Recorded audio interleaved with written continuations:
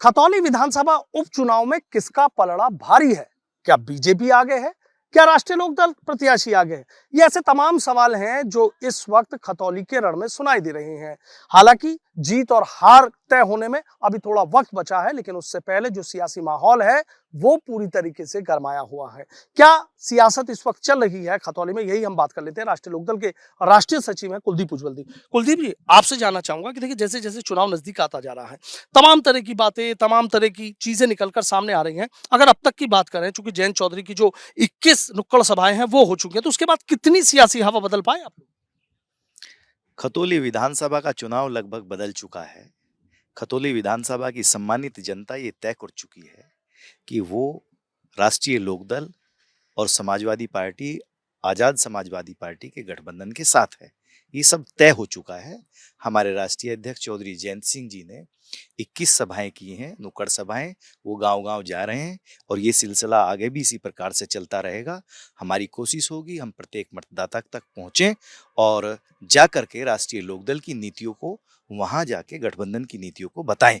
ये हमारी तैयारी है और हमें पूरा भरोसा है कि खतौली की सम्मानित जनता हमारी बात सुनेगी और 5 दिसंबर को एक ऐतिहासिक निर्णय लेगी, राष्ट्रीय लोकदल की जीत होगी। राष्ट्रीय लोकदल की जीत होगी। अभी आपने गठबंधन की बात कही है, लेकिन एक सवाल तो कहीं न कहीं खतौली में दिखाई दे रहा है कि देखिए, चाहे जयंत चौधरी की बात हो, चाहे उनके 8 विधायकों की बात हो, पूरी ताकत आप लोग लगा रहे हैं। और अगर आजाद समाज पार्टी की बात करें तो उसके नेता भी वहाँ पर नज़र आ रहे हैं। लेकिन समाजवादी पार्टी के कोई विधायक की बात हो या कोई पूर्व मंत्री की बात हो या प्रदेश के कोई बड़े संगठन के किसी बड़े या किसी बड़े चेहरे के नाम हो, आखिर उन्होंने क्यों दूरी बना रखी है? गठबंधन के तो आपके साथी हैं, सारथी हैं। कोई दूरी नहीं है। समाजवादी पार्टी का पूरा संगठन हमारे साथ है। समाजवादी पार्टी के जिला अध्यक्ष लगातार रोजाना मीटिंग भी कर रहे हैं। उनके लोगों को जिम्मेदारियां भी बांटी गई हैं और उसके अलावा 26 तारीख से चुनाव का बड़ा बिगुल बजने वाला है, जिसमें दलितों और कमजोरों, वंचितों, पीड़ितों के नेता आजाद समाज पार्टी के राष्ट्रीय अध्यक्ष चंद्रशेखर जी आ रहे हैं। समाजवादी पार्टी के लोग भी उसमें होंगे। तो बिगुल बजेगा। सब लोग आ गए हैं, आ भी रहे हैं। और समाजवादी पार्टी, राष्ट्रीय लोकदल, आजाद समाज पार्टी और भी ऐसे सामाजिक और राजनीतिक संगठन हैं जो इस बेरहम और तानाशाह सरकार को ये सबक सिखाना चाहते हैं कि ये सरकार, ये देश, इस देश में जो सरकारें हुआ करती थी वो किसानों और कामगारों की हुआ करती थी। यहाँ कमेरों को प्राथमिकता दी जाया करती थी। आज जो है पूरा सिस्टम, पूरा देश पूंजीवाद की तरफ बढ़ रहा है। महंगाई से कमर तोड़ी जा रही है। किसान परेशान है, महंगाई से परेशान है। ये पूरी गन्ना बेल्ट है। दुर्भाग्य की बात है कि गन्ना एक ऐसी फसल है जो बिकने के बाद उसका रेट तय होता है और उसके रेट में किसान जो उसको पैदा करता है उसकी कोई भूमिका नहीं होती। आज 22 नवंबर हो गया, आज तक रेट तय नहीं हुआ। तो ये दुर्भाग्य है। इन सारे मुद्दों को लेकर के खतौली की जनता वोट देगी और गठबंधन के प्रत्याशी मदन भैया जी को भारी मतों से जिताने का काम करेगी। आपने मदन भैया का ज़िक्र किया, तो मैं एक चीज़ जानना चाहता हूँ कि देखिए, अखिलेश जी की अगर बात करें, तो आपने देखा चाहे डीपी यादव की बात रही हो, चाहे और लोग रहे हों, अगर इस तरह की छवि के कोई लोग थे कि उनका चाहे कोई दबंग कहता हो या कोई दागी चेहरे रहे हों, हमेशा अखिलेश यादव ने उनसे दूरी बनाई है। कहीं ऐसा तो नहीं कि मदन भैया, चूँकि बाहुबली उनको कहा जा रहा है, तो मदन भैया को यहाँ प्रत्याशी बनाया गया हो, इसीलिए जो कोई भी नेता हम देख रहे हैं मेरठ के शाहिद मंजूर हैं, विधायक हैं, कद्दावर नेता, वो नहीं दिखाई दे रहे हैं। चरथावल से बात कर लें, पंकज मलिक की, वो नहीं दिखाई दे रहे हैं। और भी ऐसे आस-पास के, तो इन लोगों से क्यों दूरी बना रखी है? सपा का कोई नेता नहीं, 21 जनसभाओं में क्यों नहीं नज़र आए? क्या आगे या कोई और रणनीति पे काम कर रहे हैं आप लोग? पंकज मलिक जी आ रहे हैं, हरेंद्र मलिक जी भी आ रहे हैं, जो पार्टी के, समाजवादी पार्टी के बहुत सीनियर लीडर हैं। शाहिद मंजूर जी का तय हो गया है, वो भी आ रहे हैं। और भी समाजवादी पार्टी के जो बड़े नेता हैं, वो संगठन के भी नेता चुनाव में आ रहे हैं। और जहां तक आपने एक छवि की बात कही है, तो मदन भैया जी का जीवन पहले कैसा रहा होगा, कैसा नहीं रहा होगा, ये अलग बात है। लेकिन जैसे जैसे समय बदलता है, सोच बदलती है। वो 4 बार उत्तर प्रदेश की विधानसभा में जनप्रतिनिधि के रूप में रहे हैं। उन पे इस तरह के कोई आपराधिक मुकदमे नहीं भी हैं और जो हैं वो भी उन्होंने चुनाव आयोग के सामने रखे हैं।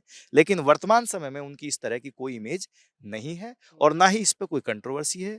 अखिलेश यादव जी का भी उन्हीं में विश्वास है प्रत्याशी घोषित करने में। माननीय राष्ट्रीय अध्यक्ष जी ने, हमारे जयंत जी ने उनको बहुत ही सूझबूझ के साथ प्रत्याशी बनाया है। तो ये तो उन लोगों के कहने की बात है, उन लोगों की टिप्पणी है जो आज हमारी पार्टी, हमारे प्रत्याशी से घबराए हुए हैं। चुनाव एक तरफा हो चुका है।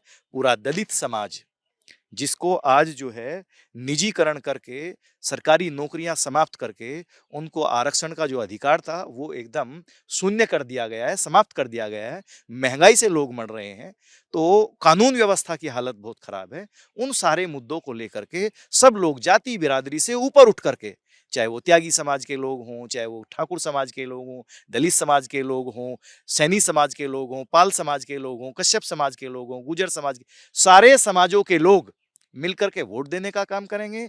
जाट समाज के लोग सबको सत्कार देने का काम करेंगे, सम्मान देने का काम करेंगे, और एक नई सोच खतौली से पैदा होगी, जिस सोच को कभी चौधरी चरण सिंह जी ने सोचा होगा, लोहिया जी ने सोचा होगा।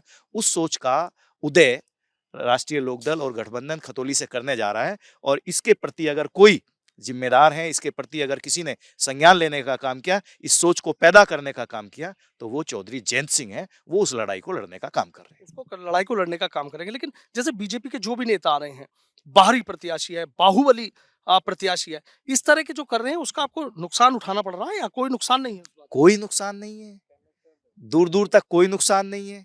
इसलिए नुकसान नहीं है कि ये तो प्रचार, उनको नेगेटिव प्रचार फैलाने का प्रयास किया जा रहा है। जब वो बाहुबली हैं और जब वो गलत व्यक्ति हैं, तो फिर क्यों भारतीय जनता पार्टी घबराई हुई है?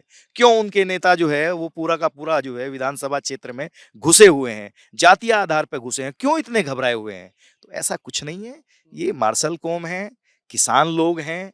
ये लोग जो है इस खेती को, इसमें दाने डाल करके, जमीन में अनाज उगा करके पूरे देश का पेट भरने का काम करते हैं। मदन भैया जी भी किसान परिवार से ही हैं। किसान परिवार के लोग तगड़े होते हैं, मजबूत होते हैं, शारीरिक रूप से हष्ट-पुष्ट होते हैं, और हष्ट-पुष्ट होना भी चाहिए। जनता की लड़ाई लड़नी है, जनता के हितों की लड़ाई लड़नी है, तो इसलिए जो है इतनी बात है। बाकी और कोई किसी किस्म की कोई बात नहीं है। अगर वो अपराधी होते, सजायाफ्ता होते, तो उनको चुनाव ना लड़ने देता है। यहाँ देश में कानून है। कानून ने एक अपराधी को, सजायाफ्ता व्यक्ति को खतौली विधानसभा से बाहर करने का काम किया है। तो वो अपराधी हैं, वो बाहुबली हैं। उन्होंने जो है कानून को का उल्लंघन करने का काम किया है। कानून ने अपना काम किया है। मदन भैया जी को क्लीन चिट है, मदन भैया जी साफ हैं, उनकी छवि साफ है, इसलिए चुनाव आयोग ने उनको चुनाव लड़ने का अवसर दिया है। कोई मुकाबला मान रहे हैं बीजेपी की? भाई राजकुमारी सैनी है वहां से, राष्ट्रीय लोकदल से आपके मदन भैया हैं, तो कोई मुकाबला लग रहा है दोनों में, या आप एक तरफा ही जीत मान के चल रहे हैं? तय कर चुका है समाज। वोट महंगाई पे होगी, फसलों और नस्लों की दुर्गति पे होगी, वोट अच्छे भारत के निर्माण पे होगी, स्वस्थ समाज के निर्माण पे होगी, सांप्रदायिक सोच को दूर करने पे होगी, धर्मनिरपेक्षता पे वोट करने का काम लोग करेंगे। कोई मुकाबला ही नहीं है। राष्ट्रीय लोकदल का ये भी अंदाजा नहीं है कि वो कितनी बड़ी जीत यहाँ दर्ज करने का काम करेगा। ये इतिहास रचा जाएगा। इतिहास रचा। आखिरी सवाल मेरा है, आप देख रहे हैं कि बीजेपी की जो तमाम मंत्री हैं उनको वहां पर लगा रखा है, चाहे मंत्री कुंवर ब्रजेश सिंह की बात हो, चाहे सुमित्रा तोमर की बात हो, चाहे जसवंत सैनी की बात हो, और कह रहे हैं कि और भी बहुत बड़े नामों की फहरिस्त है, और लगातार पूरी तरीके से खतौली की घेराबंदी करके ऐसा चक्रव्यूह रच देंगे कि कहीं लोकदल को तो टिकने नहीं देंगे। इस तरह के दावे कर रहे हैं। घबराए हुए हैं। आप ही ने कहा कि समाजवादी पार्टी के लोग नहीं आ रहे हैं। आप ही कह रहे हो कि राष्ट्रीय लोकदल बहुत ही हल्के तरीके से, बहुत ही हल्के मूड में चुनाव लड़ रहा है। लड़ रहे हैं हम, और हम इसलिए लड़ रहे हैं कि सम्मानित जनता का आशीर्वाद और प्यार हमारे साथ है। हमारे नेता राष्ट्रीय अध्यक्ष जी जयंत चौधरी जी 21 गांवों में गए हैं 2 दिनों में। जितना प्यार और आशीर्वाद वहां जनता का मिला है, क्योंकि जनता हमारे साथ है, इसलिए हम घबराए हुए नहीं है। इसलिए हम कोई घेराबंदी नहीं कर रहे।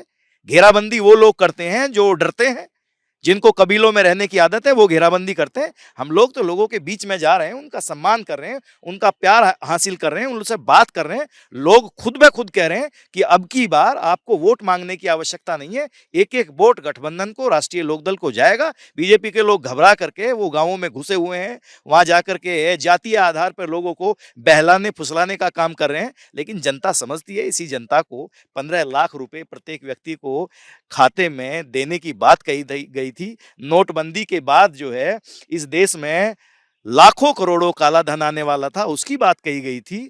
जाने कितने वादे किए गए थे। 14 दिनों में गन्ने का दाम देने की बात कही गई थी। 14 दिनों में नहीं दिया गया तो ब्याज देने की बात कही गई थी। खुद प्रधानमंत्री जी ने, मुख्यमंत्री जी ने, योगी आदित्यनाथ जी ने ये बात कही थी, लेकिन आज तक ये नहीं हुआ। तो ये जनता है, ये सब जानती है।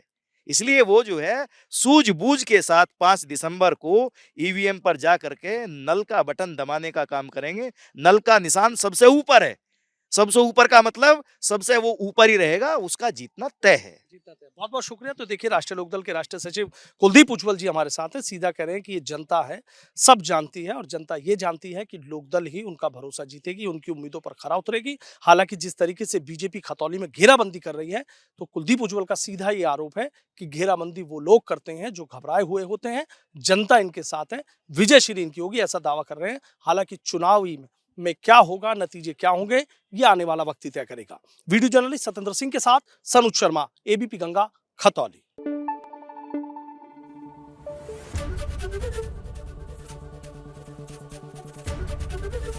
एबीपी गंगा, खबर आपकी, जुबान आपकी।